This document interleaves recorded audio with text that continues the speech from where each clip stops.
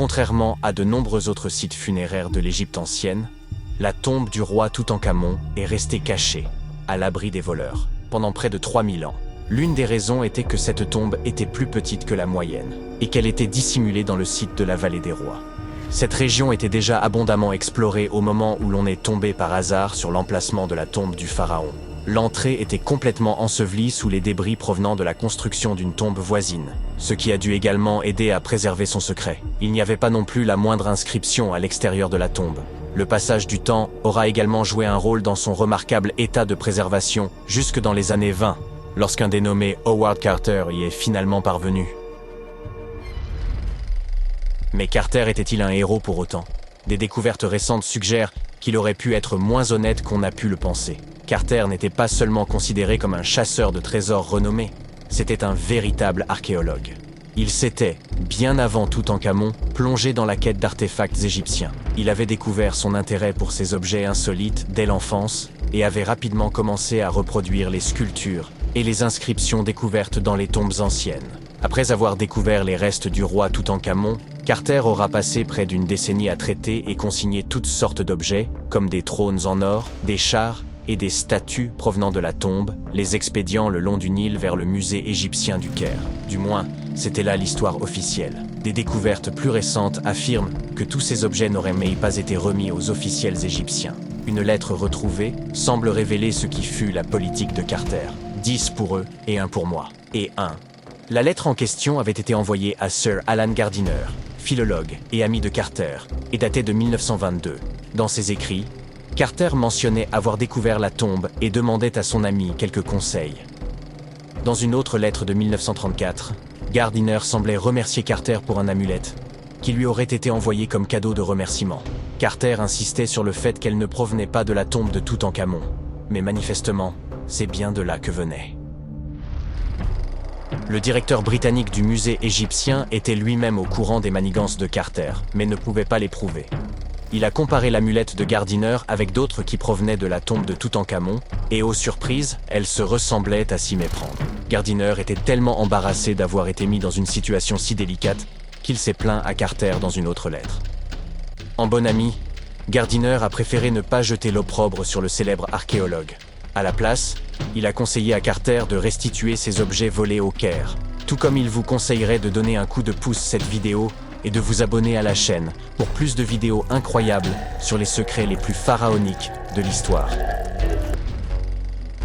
Ce n'est pas le seul élément louche concernant le comportement de Carter après la découverte. En 1947, un dénommé Alfred Luca, qui avait travaillé aux côtés de l'archéologue controversé, a livré des informations dans une obscure revue Kerot. Il affirmait que Carter avait discrètement forcé la porte de la chambre funéraire par lui-même. Après quoi, il l'avait refermée comme si de rien n'était avant d'officialiser la découverte. Pourquoi aurait-il fait cela? Eh bien, la même théorie suggère que Carter et son équipe auraient pu pénétrer dans la tombe plus tôt afin de faire main basse sur quelques trésors anciens. Bien entendu, ces gens ne pouvaient pas risquer de revendre de tels objets de leur vivant, mais s'assureraient qu'ils soient vendus aux enchères après leur décès. Carter n'a cependant jamais rien avoué. Il n'a pas émis de démenti officiel non plus. Mais le gouvernement égyptien ne pouvait pas risquer d'autres disparitions inexpliquées. On lui a donc interdit l'accès à la tombe pendant un certain temps. Certains ont associé ces disparitions à la malédiction du roi Toutankhamon. Si vous n'en avez jamais entendu parler, sachez que cette histoire effrayante a passionné les foules peu après la découverte de la sépulture du pharaon. On prétendait que quiconque interférait avec la tombe du jeune roi serait poursuivi par la malédiction. Ce n'est pas aussi spectaculaire qu'une momie se lançant après vous, mais il se murmure que tous ceux qui ont perturbé la demeure de Toutankhamon ont rencontré des fins aussi mystérieuses que prématurées. Le décès le plus remarquable lié à cette prétendue malédiction est celui de George Herbert, le 5e comte de Carnarvon.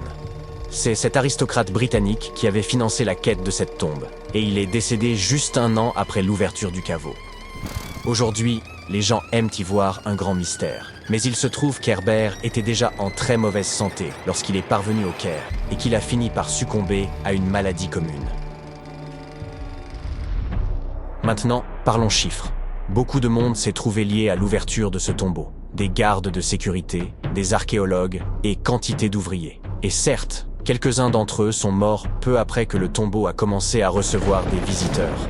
Mais aussi attrayante que soit cette malédiction dans notre récit, statistiquement, si vous avez un groupe de personnes impliquées dans l'ouverture d'une tombe, vous devriez vous attendre à quelques décès, simplement du fait du hasard. La durée de vie moyenne de tous ceux qui auraient été frappés par l'ancienne malédiction était de plus de 20 ans après que le sort se soit abattu sur eux. La fille d'Herbert a même vécu jusque dans les années 80, soit 50 ans plus tard. Et Howard Carter lui-même a vécu jusqu'en 1939, soit 16 ans après la grande découverte. Certains ont suggéré que toute cette malédiction n'était rien de plus qu'une stratégie de communication soigneusement élaborée. Lorsque la tombe de Toutankhamon a été découverte, Howard Carter était soucieux d'en tenir les journalistes à l'écart. Ainsi, il aurait pu inventer une malédiction pesant sur quiconque se serait approché de la sépulture du jeune roi. Mais qu'a-t-on bien pu dérober dans la tombe de Toutankhamon? Eh bien, pour commencer, quelques bijoux. Ils pourraient avoir été volés par Howard Carter lui-même, selon un spécialiste français, qui a mené une recherche approfondie en examinant de vieilles photos prises à l'intérieur de la tombe dans les années 20. Il a comparé ces images à celles de divers objets provenant de musées et de ventes aux enchères, et il s'est rapidement mis à retracer l'itinéraire de certains des bijoux de Toutankhamon. Tout d'abord, il y a ce collier, qui ornait autrefois la poitrine du pharaon. Il était brisé en plusieurs morceaux et certaines parties ont été envoyées via Carter au musée Nelson Atkins du Missouri. Pendant ce temps, d'autres morceaux ont été réarrangés en collier par des gens qui ont tenté de le vendre aux enchères en 2015, mais sans succès. Le musée Nelson Atkins lui-même ne nie pas les faits, puisqu'il confirme l'information sur son propre site web. Et puis, il y a la fameuse coiffe de Toutankhamon. Quelques perles de celle-ci auraient également été volées par Carter. Elles ont ensuite été enfilées pour former un nouveau collier, qui est aujourd'hui conservé au musée d'art de Saint-Louis. Un autre collier élégant, fait de céramique émaillée, a passé un certain temps au Metropolitan de New York. Heureusement, il a été renvoyé en Égypte il y a un peu plus d'une décennie. Il semble qu'il ait été, comme on pourrait s'y attendre, également volé par Carter. Malgré les articles manquants, la tombe de Toutankhamon a tout de même révélé une multitude d'objets incroyables, qui nous ont permis d'en apprendre davantage sur cette culture ancienne. Commençons par le célèbre masque funéraire. Il s'agit d'un énorme ouvrage en or de 53 cm de diamètre, orné de pierres semi-précieuses et de pattes de verre. Il pèse 10 kg et représente le jeune pharaon avec une longue barbe postiche et une coiffe surmontée d'un cobra et d'un vautour. Au dos, un sortilège tiré du livre des morts était censé assurer son passage dans l'au-delà.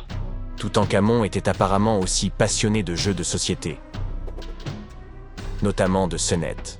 On en a retrouvé 4 dans sa tombe, dont certains en ivoire. Les archéologues ont également trouvé une paire de sandales en or, bien qu'on imagine qu'elles aient été davantage pour l'apparat que pour le confort. En fait, le pharaon ne les a probablement jamais portées de sa vie. En parlant d'articles de mode, il semble que Toutankhamon ait été un souverain plutôt coquet. On a même retrouvé un mannequin dans son tombeau qui était utilisé pour choisir, ajuster et ranger ses tenues et ses bijoux. Le jeune roi semble également avoir apprécié la musique, d'après les 2 trompettes que les historiens ont retrouvées dans son tombeau.